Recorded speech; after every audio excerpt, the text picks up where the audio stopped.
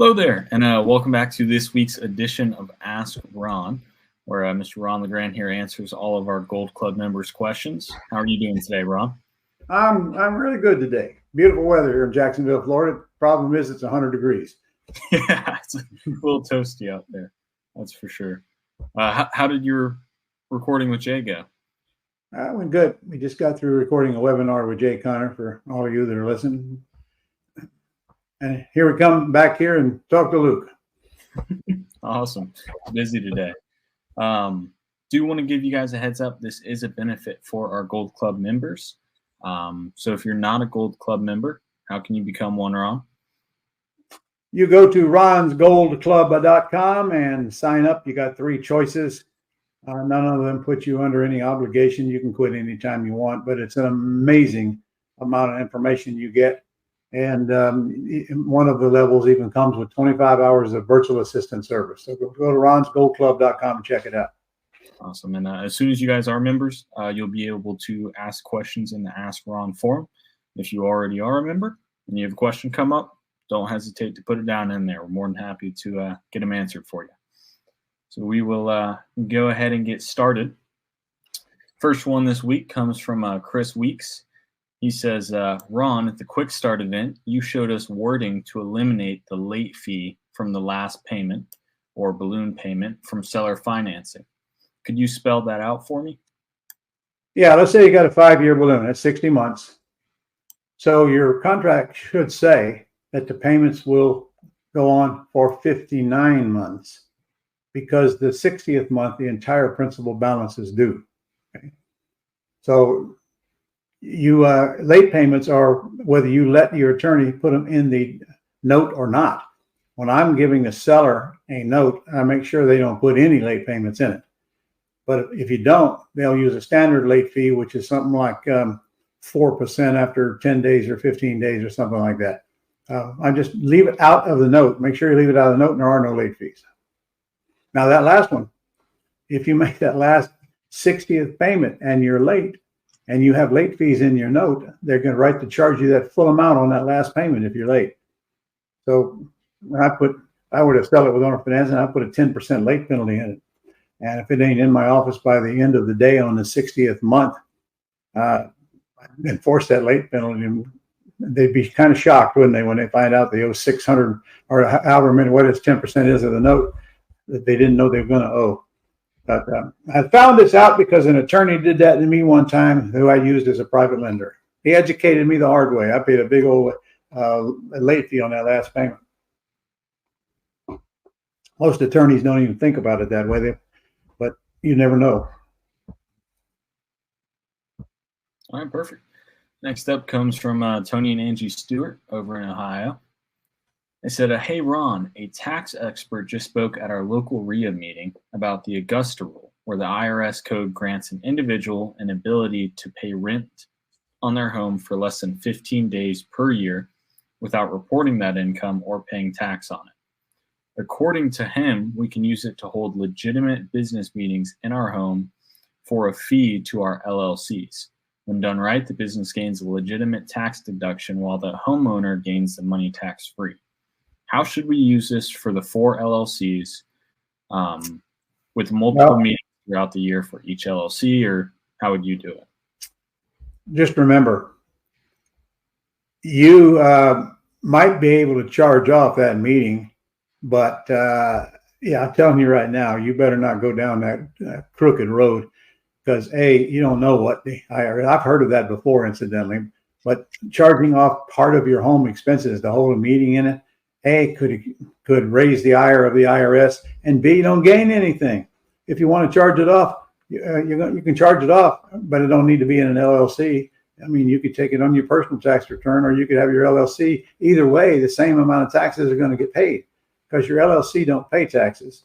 All the income flows into you, so you're getting that deduction either way you do it. I don't see any tax benefit in doing that, except they are creating an expense that they didn't have before. I guess that's a tax benefit, but personally, it's such a small amount of money. I'm not going to do it. I try to do nothing that will raise the red flag with the IRS. I'm sitting in part of my home right now, as you can see. I have never taken a deduction for my home. and I can get a pretty darn big deduction on this monstrous 10-acre big old house place, because there's always, I mean, I get to take 10%. I don't think they're even going to allow me to charge off any of the expenses. I think they're going to let me take a tax deduction for whatever percentage of the home my office is in. And I mean, it just ain't worth it to me. Makes good seminars though. All right.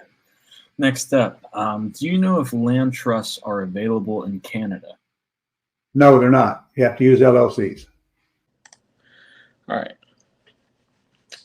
This one is from Robert Straker over in Oregon. He said, "Hey, Ron, I found a condemned house that had legal papers on the front saying that it's going to be torn down. Do you recommend I try and work this out with the city to try and reverse that and acquire it to turn over to a rehabber, or should I just let it go?" Well, first of all, you got to make a deal with the owner and see if you even want it for whatever they want for it, which should be really cheap. They're about to tear it down, and get a contract. Then, and only then, would I go to the city and let them know that if they'll take it off the list, you'll renovate it.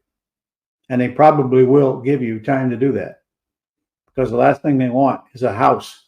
That's the last thing they want. It takes it off the tax roll, and they've already got money invested in it, probably in boarding it up or mowing the lawn or whatever. So I've found that they've been very lenient with me in the past, and I don't even know that they follow up to see if the house has been renovated. But obviously, whether you wholesale it or renovate it yourself, it's going to get renovated. And I would not suggest that you renovate it if it's in a war zone area. Sounds like it is. You can renovate it all right, but you're going to have trouble finding somebody that can qualify for a loan. So your best bet is to get the city to say that they'll take it off the list, and then wholesale it to somebody else and make them aware of what's going on. Then you have nothing to lose. All right. Next up, does the terms business work with duplexes and fourplexes? If so, what are some differences you may run into? I use it in real single family houses, quadruples or whatever, and as well as in commercial. I use it to buy land. I use it to buy a building on land. I try to use it on every deal I do, but the ones where it doesn't work, then I'll go to another plan. If I have to pay cash, I want to buy it cheap. So if I don't buy it cheap, I'm not going to pay cash or what I think is cheap. So yeah, it works. Same terms, just very little difference between a fourplex contract. In fact, there's no difference. You can put the fourplex contract on my contract for single family houses, but you just want to make sure that it's zoned. There's a zoning thing down there. Like if it's a fourplex, you write in there 4 units, because I hate to see you get that experience the way I got mine. I had a fourplex one time in a low income area and renovated the darn thing. And I called the city out there and inspected it. And they said, this is going to make somebody a lovely one family house. I said, what are you talking about, man? It's got 4 meters on it. It's a fourplex. He said, no, it isn't. When it got condemned, it got downzoned. It'll never go back to a fourplex again. Today's minimum lot width. I sold it to one family, big family, 4 kitchens, 4 bathrooms. Lesson learned, very expensive. Make sure it's zoned right. It's zoned for multifamily. All right. Next up, this question is from Christopher Holliman. He's asking, how often are databases updated on average concerning contacting in various stages of stressed home ownership? Well, Chris, you're going to have to identify what type of list you're talking about.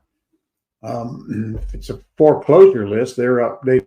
In fact, with Ron's Deal Finder, you can pull them off there yourself every single day, and then have it mailed to them. You don't even have to do anything but pick your name and send it in to whatever you want mailed to it. Their card, your card, or whatever. As far as, in fact, that's the way that you ought to get lists nowadays, is right off of Ron's Deal Finder. It's run by AI, and it's incredible. They got information on about every house in America, billions and billions of data pieces on there for all the houses. And you get to do everything. We used to pay somebody to pull a list. We used to pay somebody to sort the list. We used to pay somebody to do all the mailing and all that crap. It's all one button right nowadays. You're just sitting on your computer, pull the list, decide who you want to mail to, and then tell them who you want to mail to and send them the money. And their rates are cheaper then they can mail a letter cheaper than I can buy a stamp. I don't know how they do it. All right. Well, if that's everything, Ron, you have a beautiful rest of your day, and Okay. we'll see everyone next week. Thank you all for being customers, Ard. We appreciate you. And if there's any lesson that you want me to create to put on the Gold Club, just fire it up here to Luke, and I'll create the lesson for you. I just created 4 or 5 yesterday, didn't I? To put up there, based a lot on your questions. And don't forget to ask your questions. I mean, it don't cost anything. And maybe out of your questions, somebody will get the information that they haven't been able to get before. You just never know. So be a participant in this thing called the Gold Club. By the way, every time you're on the Gold Club, you're getting points rolling up for you. Every time you're on the Gold Club, and every time you pay your Gold Club dues, that's $1 a point. That's a lot of money. And we've had people with over 20,000 Gold Club points. So they run up pretty quick. All right. Well, we'll see you next week. Have a good week. See you then, Ron. Bye.